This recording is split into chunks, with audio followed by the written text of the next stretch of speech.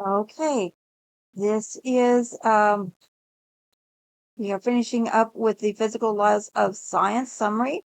We're starting out with Hooke's law. We also had Ohm's law, Newton's law, and Boyle's law. So Hooke's law, when do you use it? It is when we have a spring.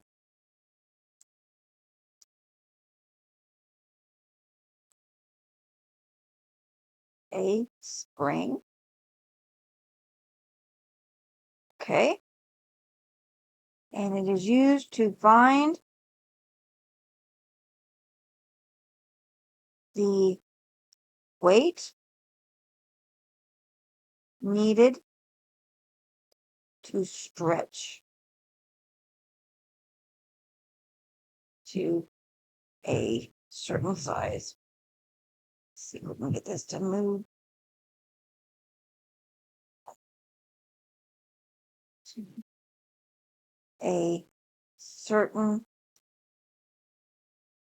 come on, CERT to a certain length.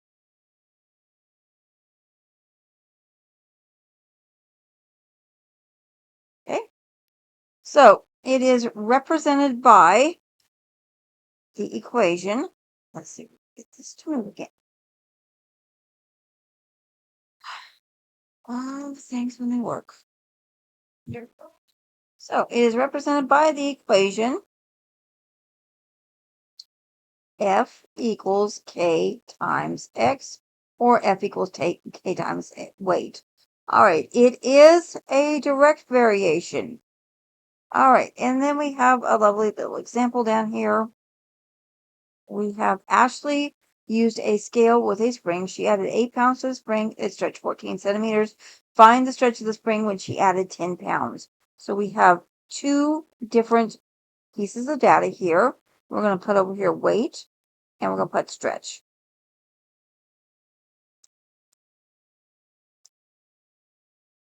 All right. So the first time she added 8 pounds,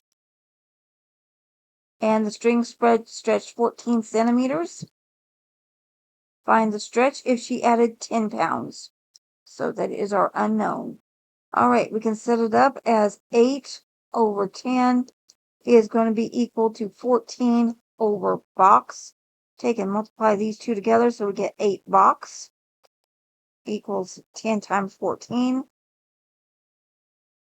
And then if you do this in 2 steps, you would do 10 times 14 would be 140. So we still have 8 box equals 140. And now we're going to come back and we're going to divide both sides by 8. So we're just going to divide that by 8. And that's going to say it's going to take 17.5 pounds. Oh, it's going to stretch. No, it's going to stretch 17.5 centimeters. Okay. All right. With Hooke's law, your output is always going to be whatever they hung. Sometimes they're going to ask a question if they wanted it to stretch, that's the 17.5 centimeters, how much weight would it take? Well, we could calculate it again and find out what that took 10. They may ask how many weights would you have to hang to get 18 centimeters? And that might not be a possibility. So your input might be an impossible thing to do. The output is always, if you're looking for the output, that you can always find. Okay. All right. Now we have Ohm's law. Ohm's law. When do we use Ohm's law? Well, we use Ohm's law when we are looking for, oh, that's really thin. Okay, click in here. When we are looking for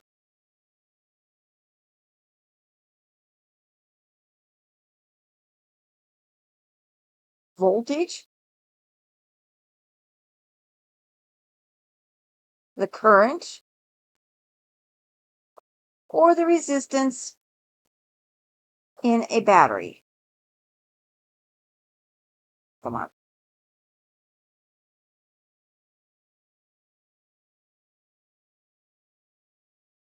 We'll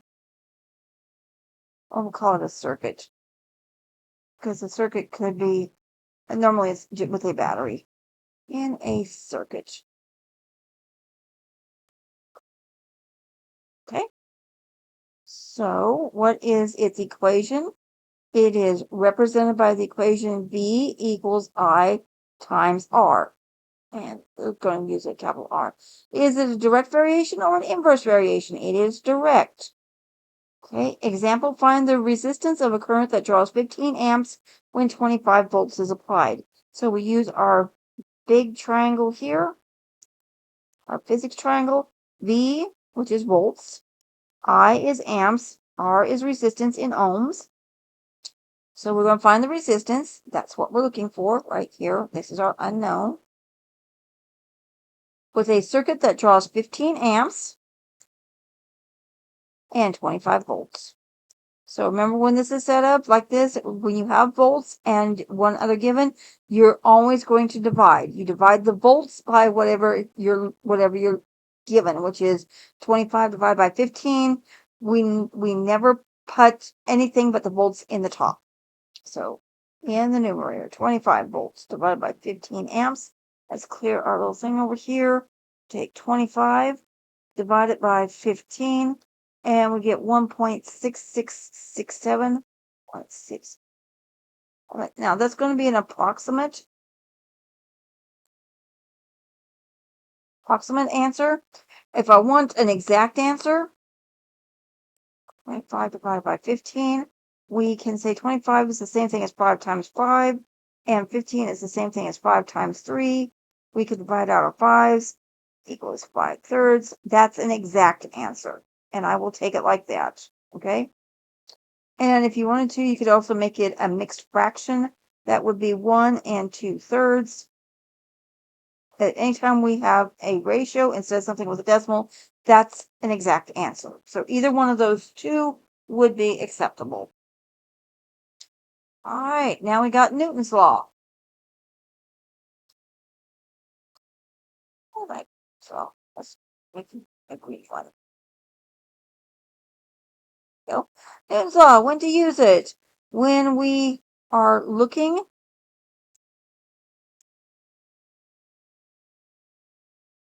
for the amount of force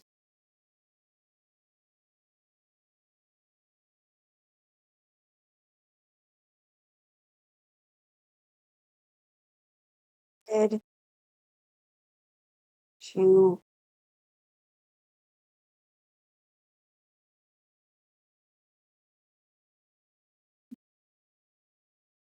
an object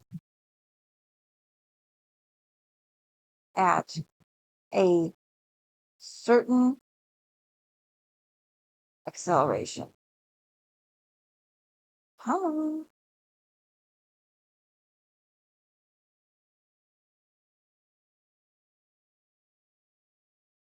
Right. Its equation is, let's see, presented by force equals mass times acceleration. It is a direct variation. All right, so we want to know, what is the force? It's the mass of a truck. If it produces a force of 18,250 newtons while accelerating at a rate of 8 meters per second squared. So we can do force equals mass times acceleration. We know we're looking for the mass, so that's our unknown. Times, let's see, force is 18,250 while accelerating at a rate of 8 meters per second squared. So we can just divide through by 8. Let's clear that out. 18,250 divided by 8 gives us 22,000. No, 2,281.25 kilograms. All right, there's a couple of other structures that you can use if you want to. You can use the Ohm's triangle, like what we did before, only in this time it could be FMA. So the force again would be 18,250. Mass is unknown. It shows still that the process would still be 8. Or you can also use where you can organize your force, your mass, and your acceleration, and then do the calculations. Okay. All right, let's slide on over here. Boyle's law. Oh, and we did say direct, yes. Boyle's law. When do we use it? Well, we are going to use that as soon as I get this out of the way.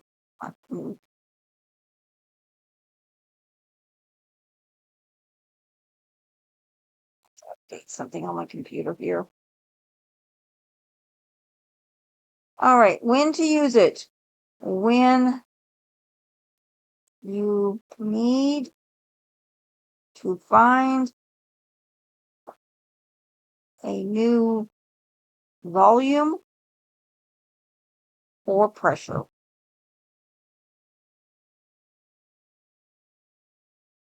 When given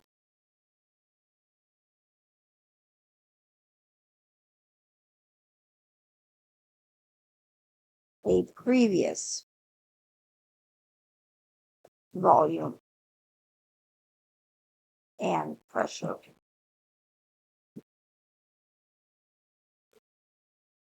All right.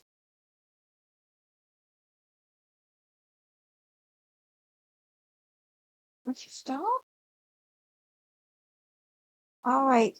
It is represented by the equation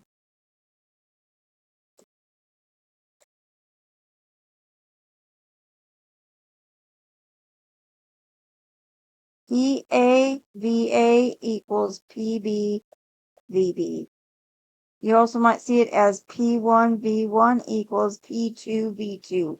Still means the same thing. It is an inverse variation. All right. So we just write our equations down here. PA-VA, this is multiplied. PB-VB, also multiplied. Okay, so we got a 3-point liter, that is volume of carbon dioxide, had a pressure of 4.20 atmospheres. Even though it says had, we're still going to put it together as our first set of points. 4.20 atmospheres. What would the volume be? What volume would be necessary? So those are unknown to decrease the pressure to 1.50 atmospheres. Okay. By the way, it says had an atmosphere, so that would be the beginning one anyway. So let's go ahead and clear that out.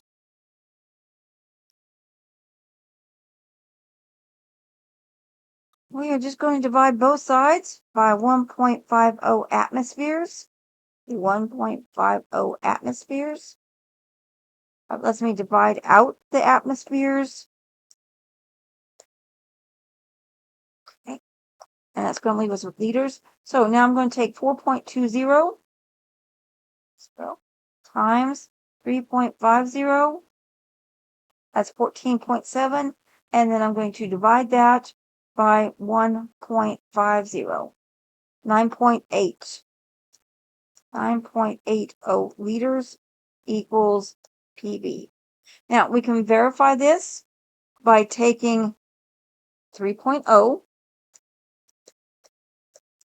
times 4.20. Does that equal 9.80 times 1.50?